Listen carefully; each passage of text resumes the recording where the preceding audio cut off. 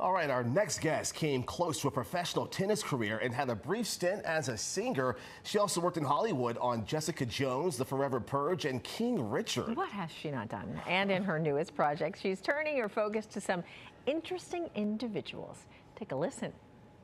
Waiting for this premiere to happen, and it was like this big, like a lot of talking about the movie. But that was almost more nerve-wracking because I was like, oh my God, like all these people are showing up. What if they hate the movie?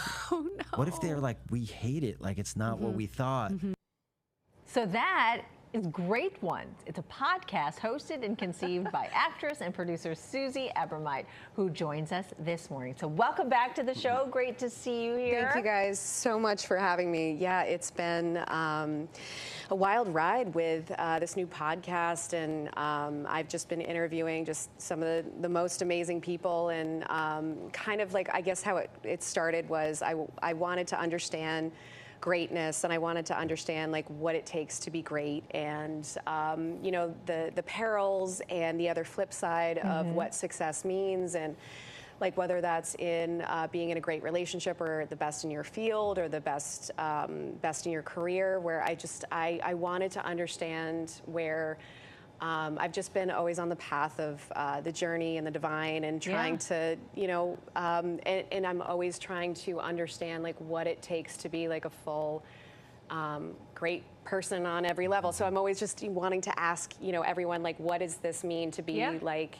you know, in any type of field? And But I'm curious though, with your very busy career, what brought you to this? So I had been kicking around this idea for about 5-6 years, and Malcolm Gladwell was a mentor of mine, and and he had a podcast which I loved, and I think we were just, you know, chatting in the car and, you know, talking about just his podcast, and I was like, yeah, you know, maybe I should do one at some point, and then I think he really encouraged me, and funny enough, I ran into him, like I hadn't seen him in a minute, and I was like, Malcolm, I started a podcast, like just oh my gosh. So that was like a very cool moment, and yeah, it was very full circle because I, you know, thought about doing this since 2019, and before the pandemic. Yeah, so I just, you know, I listen to podcasts all day long, and I want to listen to the best minds, philosophers, podcasters, and that's literally the only content that I watch, other than like, you know, if there's a great Netflix show or HBO or you know, That's awesome. Your path, the tennis, the singing, you've done so much. You know a lot of great people. We saw Peter Facinelli there, but who else do you talk to on the podcast? So Erin Moriarty is from The Boys. She's a star. She's Starlight. So that's one of our next podcast, and we have Dave Foley, who was, you know, Kids in the Hall. That was my childhood. We have Oscar winners, Peekaboo Street, who's also a friend. So I sort of just was like, I just called a bunch of friends. I was like, hey, you want to be on a podcast? So literally, this idea sort of fell into my lap, and you know, one of my friends had reached out to me of like doing this idea, like, hey, I'm running some podcasts, you should do this. And so then it was kind of this, you know, it's really where I jumped right into it. And yeah, I mean, there's Marty Fish. He was a childhood friend that I had grown up with. He was a top tennis player in the world. He had, you know, but what's really interesting, like especially with Marty Fish, he had a #1 Netflix doc, I think, on, it's called Breaking Point, and it was breaking down his anxiety and moving through just, you know, the challenges of what it takes and what the sacrifices are of being great.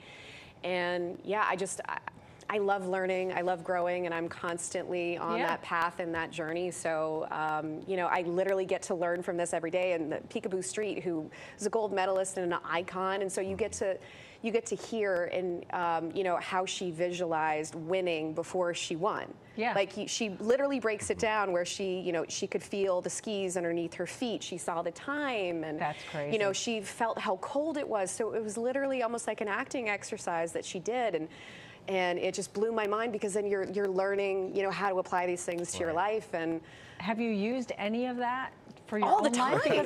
Because I know that you lost everything in a fire in Malibu, right? And both your my house, parents, like my parents, but so I think, yeah, I mean, I came here last year and I had lost my mom like a week before. Sorry. So it was sort of like, you know, but it's a part of life. And, you know, I've used every terrible moment, whether it was losing everything in the fire, the Woolsey fires, or whether it is losing both my parents or losing most of my family members. Most of my family's dead, but what's really interesting about it is I use it as an opportunity for growth, for the ability to alchemize like a really terrible moment, because, you know, one of my favorite quotes was, my mom's too, was Charles Swindoll.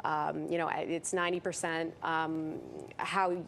so it's 10% what happens to you and 90% how you react to it. And so that has been my motto for life, of just alchemizing whatever terrible thing, you know, comes your way. And that's kind of how, you know, like that was one of the greatest lessons that I learned, of alchemizing every terrible moment. How can I use this? How can I use this as an opportunity for growth? And shout out to one of my best friends, Christy Campo, who's also my writing partner. And shout out to Alona. But yeah, they've definitely been, they're my producing partners, and they've very much helped me move through those moments. Well, that's wonderful. Yeah. All right, well, Susie, I can't wait to listen to your podcast. Great ones. Thank you so much for joining us today. Thank you so much for having me. This is such a joy. I mean, I do have to mention, sorry, can I just say one thing? Yeah. I noticed you're wearing green and white, which would be Oh, Celtics colors, since you are from Massachusetts. Well, but let's tell the New Yorkers the truth here. No, I was doing this, okay, The Wizard of Oz is coming out, the Wicked, okay, and I was also doing green because it's Christmas, so now we're doing, like, we literally transitioned into Mariah Carey, so this was sort of more of a, I mean, it was either this or hot pink, and I kind of felt it was a little loud for hot pink. But she does like to love the Yankees, just so y'all know. All right. Anyway. Oh no, my sister's gonna hate it. Anyway, great to have you on. It was so wonderful to see you. This is so great. And Thank congrats you so on the much. podcast. Thank you guys. Thank you.